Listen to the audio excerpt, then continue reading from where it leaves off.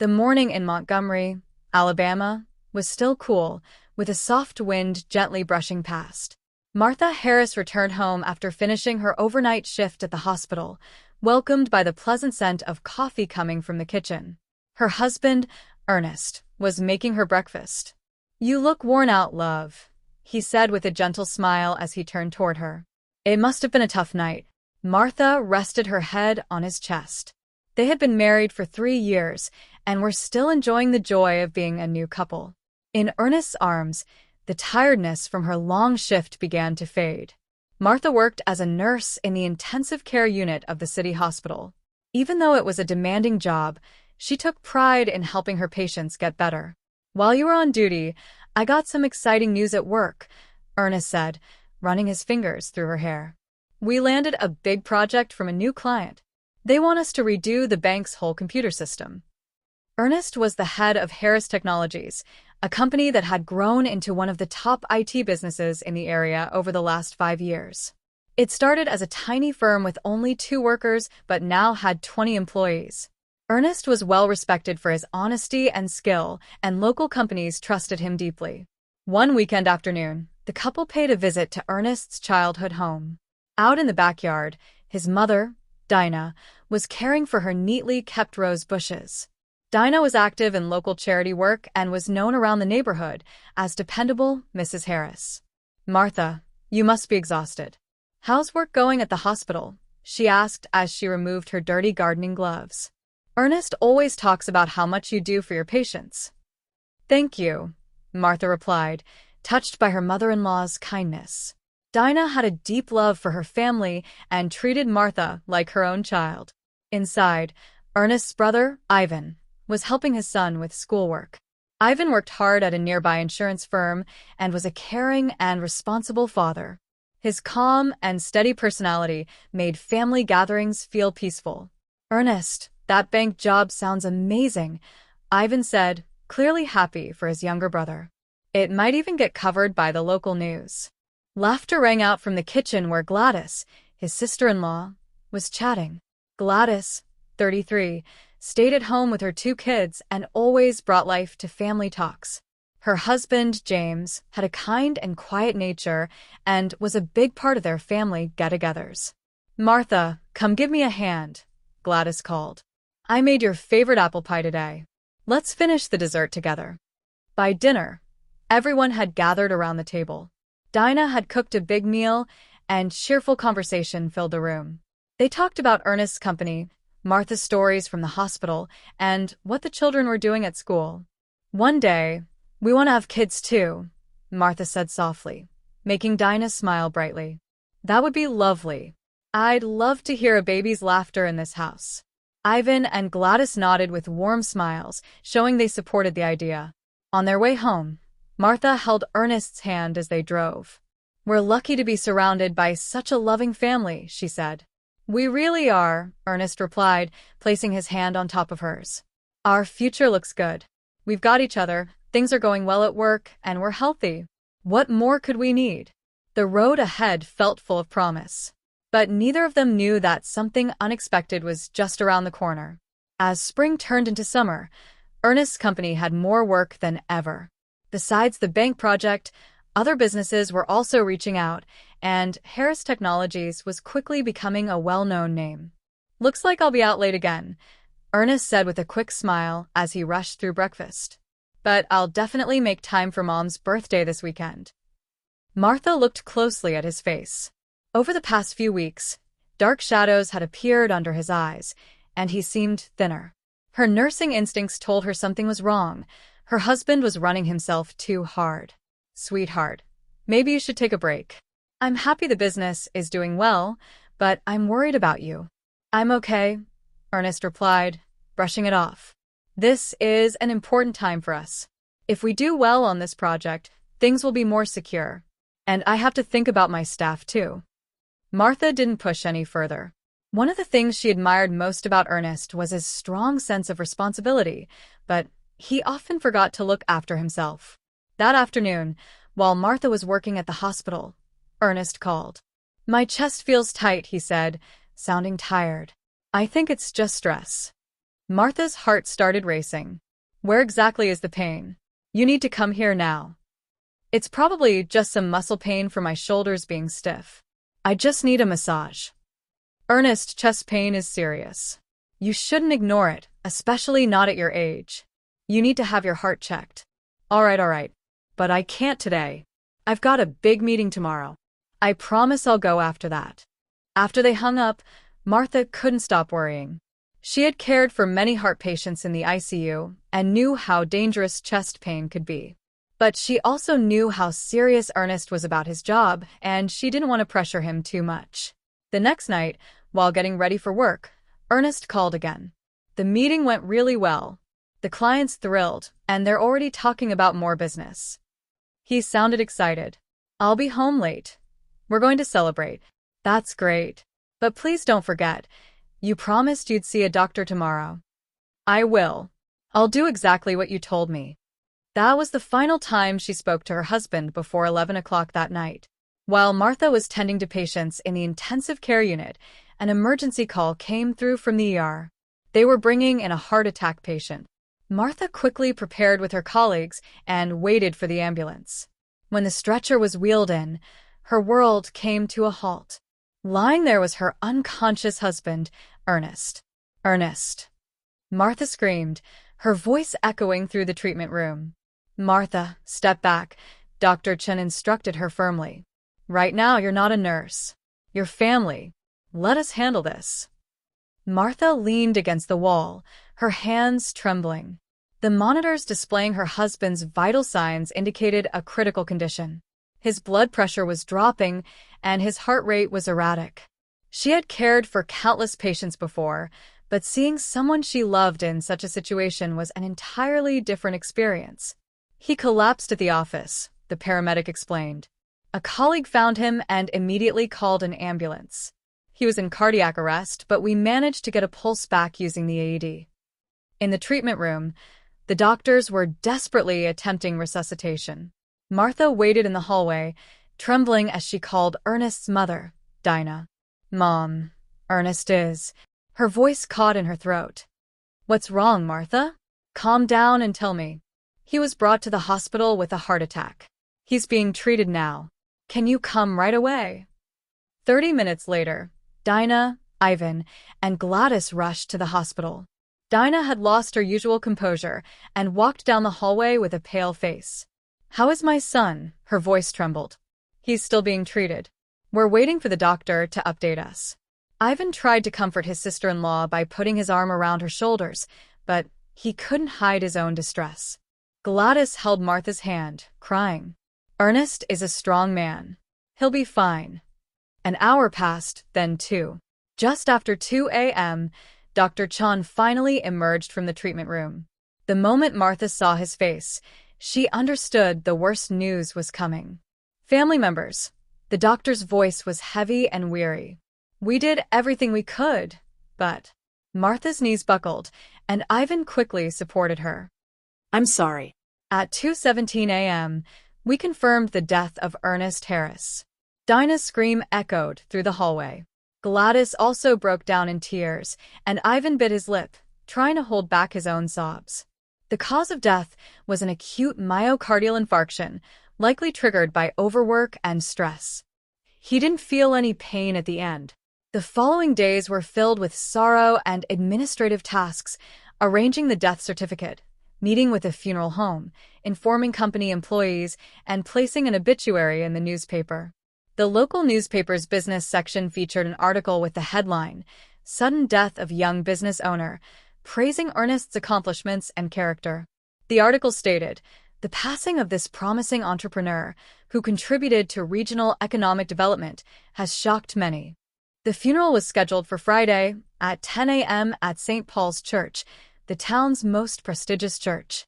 More than 200 people were expected to attend, including Ernest's business associates, Martha's hospital colleagues, neighbors, and university friends traveling from afar. So many people loved Ernest. Martha realized how wonderful her husband was as she received calls from the funeral home. Dinah organized the funeral preparations, crying, "My son truly lived an admirable life." Ivan and Gladys also helped with the arrangements, each keeping their feelings for their brother close to their hearts. The night before the funeral, Martha sat alone in front of her husband's portrait. It still felt unreal. The person who had shared breakfast with her just 3 days ago, discussing future plans, was no longer in this world. Why didn't I insist more firmly that he get checked? Guilt welled up inside her. As a nurse, as a wife, I should have been able to do more. But regret couldn't turn back time. She needed to get through the funeral and face the reality of living life without Ernest, a weight that pressed heavily on her shoulders. The next morning, St. Paul's Church was filled with deep sorrow. Soft light streamed through the stained glass, illuminating the altar adorned with Ernest's photograph. Martha sat in the front row, her face covered with a black veil, listening to the pastor's heartfelt eulogy. Ernest Harris was a young entrepreneur who made significant contributions to this community. The pastor's voice resonated throughout the church. But his true greatness lay not in his business achievements, but in his love for family and friends. So many people filled the church. All the company employees were in tears, and hospital colleagues had rushed to support Martha. Friends from university came from afar, and neighbors brought warm flowers. Dinah quietly wept in front of her son's coffin, displaying a deep sorrow that contrasted with her usual strong demeanor. Ivan and Gladys also attended the ceremony with solemn expressions, each keeping their feelings for their brother close to their hearts. Ernest taught us so much. A young man who had worked under Ernest stood at the podium. His passion for work, his consideration for his team, and his love for family. I'm truly grateful to have known a boss like him. Tears streamed down Martha's face, once again. She recognized how loved her husband had been by so many, and at the same time, the weight of losing him tightened around her chest.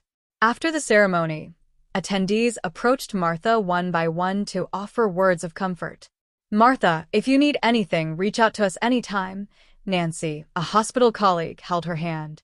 "We're always here for you." Mr. Ernest was truly a wonderful man. "I'll always remember his smile." Mrs. Johnson from the neighborhood handed her a bouquet. Just after 2 p.m., all the ceremonies finally concluded. Martha, heavy with fatigue and sorrow, was supported by Dinah and Ivan as she made her way to the funeral home's car. "Martha, stay at our house tonight," Dinah said gently. "It must be hard to be alone." "Thank you, Mom. But today, I want to spend some quiet time at my own home," Martha replied with gratitude. "I want to be surrounded by memories of Ernest." "I understand, but if anything happens, please call us right away," Gladys added, concern etched on her face. "I'll check in on you tomorrow morning." As the car drove through the residential area towards home, Martha gazed out the window. The familiar scenery felt like a completely different world today, a world without Ernest. The reality that she would never see his smile again settled heavily in her heart. "We'll be there soon, ma'am," the driver said softly. When the car stopped in front of her home, Martha slowly stepped out. The house where her husband should have welcomed her felt empty and cold. "Thank you," she said to the driver and walked toward the front door with heavy steps. As she reached for her keys in her bag, she sensed someone in the shadows of the entrance. Martha looked up and stared at the figure standing there. At first, she thought a neighbor had come to pay their respects. But as the figure stepped forward, her heart nearly stopped. It was unmistakably her husband, Ernest Harris, whose funeral she had just attended. "Ernest." Martha's voice trembled, unable to form words. Her husband's face was abnormally pale, and deep fear was evident in his eyes. It was a desperate expression completely unlike the usual Ernest.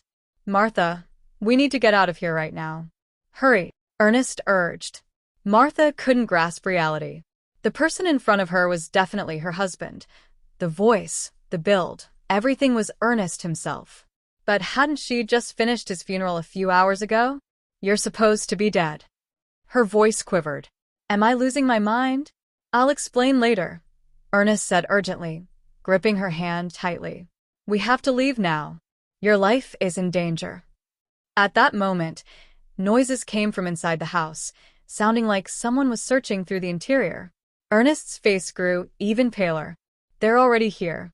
Hurry. What's happening?" "I don't understand anything," Martha stood frozen in confusion. Martha, trust me. Ernest's eyes were filled with desperation. I love you. That's why we have to get away right now.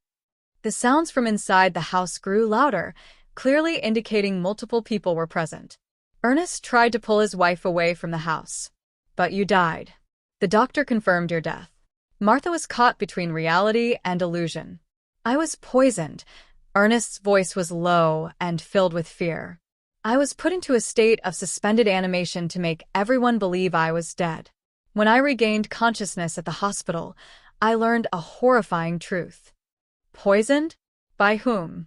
Why? My family. Ernest's words struck Martha like a bolt of lightning. Mom, Ivan, Gladys, they tried to kill me. And you're next. Martha's world turned upside down. That warm family she had trusted, the people who loved their son and cherished their daughter-in-law, were behind this? It was unbelievable. Tonight, they're planning to kill you, Ernest said, his voice quaking. After the funeral, when you're alone, all our inheritance will belong to them. A figure appeared from the back door of the house. Even in the darkness, Martha recognized it was Ivan, holding something shiny in his hand. Martha, quickly. Ernest pulled her hand urgently. The two ran towards Ernest's car parked in front of the house. Martha's mind was in turmoil, but sensing her husband's urgency and the danger approaching, she instinctively followed him. The car engine roared to life, and they escaped into the night. In the rearview mirror, she saw several figures in the windows of their home, including Dinah and Gladys, who had been crying at today's funeral. Martha's world felt completely shattered. Her beloved husband's death, his miraculous return to life, and now the betrayal of the family she had trusted most. Everything felt surreal, like a nightmare, yet terrifyingly real. Ernest, what on earth is happening? She asked, her voice trembling. I'll tell you everything, Ernest replied as he drove. But first, let's find somewhere safe. They haven't given up yet. The car continued down the dark roads. Pine View Motel on the outskirts of town was an old building, but it was hidden from view. Ernest parked behind the building and led Martha to the room at the back. Once inside, he carefully closed the curtains and secured the chain lock. First, sit down. Ernest guided his wife to a chair and took a seat on the edge of the bed. You have the right to know everything, no matter how unbelievable it may be. Martha focused intently on Ernest's face. It was undeniably him, yet his eyes held a depth of fear and sorrow she had never seen before. I still can't wrap my head around this. You really died. The doctor confirmed it. I was there, she said. I thought I was dead too, Ernest began, his voice trembling. When I collapsed at the office with severe chest pain, I lost consciousness. The next time I woke up was in the hospital morgue. It was the middle of the night, and no one was there. Martha turned pale. In the morgue? But how is that possible? What I later discovered was that the drug administered to me was a special substance that severely suppressed my heartbeat and breathing. I appeared completely dead from the outside, but was actually in a deep state of suspended animation. Who would do such a thing? Ernest sighed deeply. Dr. Martin, a physician I knew at the hospital. He accepted money from my family. When I was brought in, he was the attending physician, and after I entered suspended animation, he declared me dead. Martha recalled that it wasn't Dr. Chen but Dr. Martin who had confirmed Ernest's death. In her deep grief, she hadn't paid attention to the details at the time, but reflecting on it now, it seemed unnatural. But why? Why would your family do that to you? Money, Martha. Ernest's voice turned bitter. If we died, $20 million in inheritance would become theirs. 20 million? That much? Martha gasped. The value of the company, insurance payouts, real estate, and investments combined amount to that. And under American inheritance law, if we, as a married couple, have no children, my parents and siblings become the primary heirs. Martha covered her face with her hands. But your mom loved us so much. That was all an act, Ernest replied, looking out the window. When I regained consciousness in the morgue, I overheard their conversation. What conversation? Mom was talking to a nurse. She said, My son's death is tragic, but this will resolve our family's debt issues. Then she said they would give you the same treatment after tomorrow's funeral. Martha's blood ran cold. They were planning to kill me too? If you died, all the inheritance would be theirs. Your parents have already passed away, and you have no siblings. It was a perfect plan. But why did they need that much money? They seem to be living normal lives. Ernest sighed again. That was all a lie too. Ivan had a severe gambling addiction and amassed huge debts. He had also embezzled funds from the insurance agency. If discovered, he would definitely go to prison. But he seemed like such a serious person. Gladys was also in the middle of divorce proceedings and needed millions for alimony and child support. Her husband James was already with another woman, leaving her desperate to support her kids. Martha held her head in disbelief. But what about your mom? She was a well-respected banker. Her situation was the most dire. She had been embezzling funds from charitable organizations, nearly $5 million over the years. An audit was imminent, and if discovered, her life would be ruined. As the truth unfolded, Martha's worldview shattered. The people she thought were a loving family had actually killed her husband for money, and were now trying to kill her too. But how did you overhear their conversation? After escaping from the morgue, I hid in the hospital hallway when I heard them. Mom and Dr. Martin were discussing their plan for tomorrow. After sending you home, they intended to use the same drug to make it seem like a sudden death from grief. Martha couldn't stop shaking. So, you were waiting at home to protect me? I planned to verify that they had broken into the house and then warn you, but they arrived sooner than I expected. At that moment, someone knocked on the room door. Both froze. Martha, Dinah's voice came from outside. I followed because I was worried. Ernest put his finger to his lips, signaling for silence. Martha, open up. We're family, aren't we? If you're in any trouble, talk to us. It was Ivan's voice. Gladys is here too. Let's all talk together. Martha trembled with fear. The people she had trusted just hours ago were now threats to her life. Accepting that reality was unbearably painful. They won't give up, Ernest whispered. Let's contact the police. He pulled out his cell phone and dialed 911. After a while, the sound of sirens approached. 3 patrol cars and an ambulance arrived, surrounding the motel. Dinah, Ivan, and Gladys were caught in the act and arrested. This is unbelievable. Dinah shouted as she was handcuffed. Son, why are you doing this? Aren't we family? Family members love each other. They don't kill one another for money, Ernest replied calmly. That night, they provided detailed statements at the police station. Dr. Martin was also arrested, and the drugs used were seized as evidence. The financial troubles of all 3 family members were revealed, and their motives were clearly established. The next morning, the local newspaper reported the incident under the headline, Man Returns from the Dead Exposes Family Murder Plot. The arrest of Dinah Harris, who had been a community leader until yesterday, along with Ivan, a serious insurance agent, and Gladys, a mother of 2, shocked the town. Martha cried in Ernest's arms. We have no real family left. No, Martha. Ernest soothed her, stroking her hair. We do have a real family, each other, loving and supporting one another. That's what family truly is. The long nightmare was finally coming to an end. 1 year later, Ernest and Martha quietly celebrated their wedding anniversary.